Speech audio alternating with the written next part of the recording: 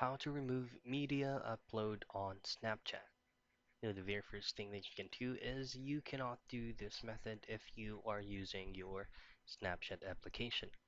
So by doing this, make sure that your current Snapchat app is not running. So the first thing that you want to do is to head over and find your phone settings.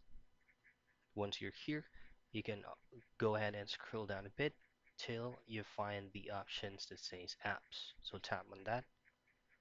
Then here all you have to do is go to manage apps. You just have to look for your Snapchat application. You can just definitely search directly from the search bar. And once you've found it, just simply tap on that. And then here all you have to do is scroll down a bit. Once you're on this page right here, just go to app permissions. And in here, you just have to turn off your current photos and video first.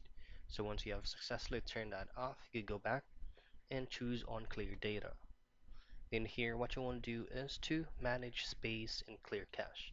You just have to comply both of these options right here, and you should be able to remove your media upload on Snapchat. So that's it.